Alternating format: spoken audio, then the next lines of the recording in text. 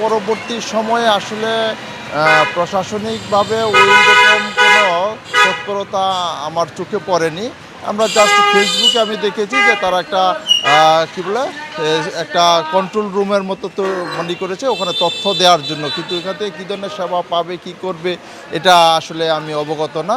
আবহাওয়াবিদরা বলতেছে যে কোনো সময় আরও বড় ধরনের ভূমিকম্প হবে, আর সেটা যেহেতু নরসিংদীতে উৎপত্তি স্থল, সেটা যদি নরসিংদীতে হয় তাহলে আমাদের নরসিংদীর ভয়াবহতা এবং সমগ্র বাংলাদেশের ভয়াবহতা কল্পনা করা যায় না যে কতটা কঠিন হইতে পারে।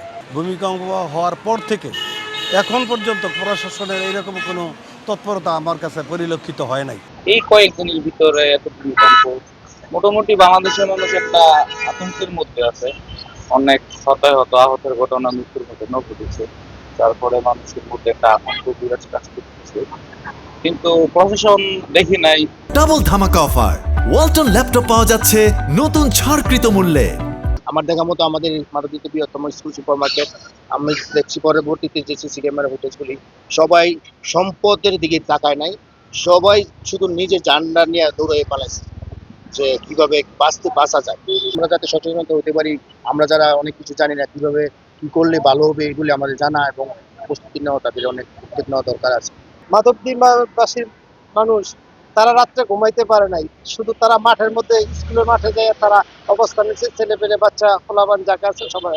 আমাদের মিল ফ্যাক্টরি সব বন্ধ করে দিয়েছিল, যে এই ধরনের ঘটনা যদি আরো বড় ধরনের কোনো ঘটনা হয় তাইলে আমাদের অনেক বিপদ হবে। যে তো ভয় পাচ্ছে যে আমরা যে কি করব, আমাদের সঠিক নির্দেশনা আমরা চাচ্ছি সরকারের কাছ থেকে। গতকালকে আমাদের 3বার আমাদের ভূমিকম্প হয়েছে, মৃদু হয়েছে বা তার চেয়েও বেশি শক্তিশালী হয়েছে।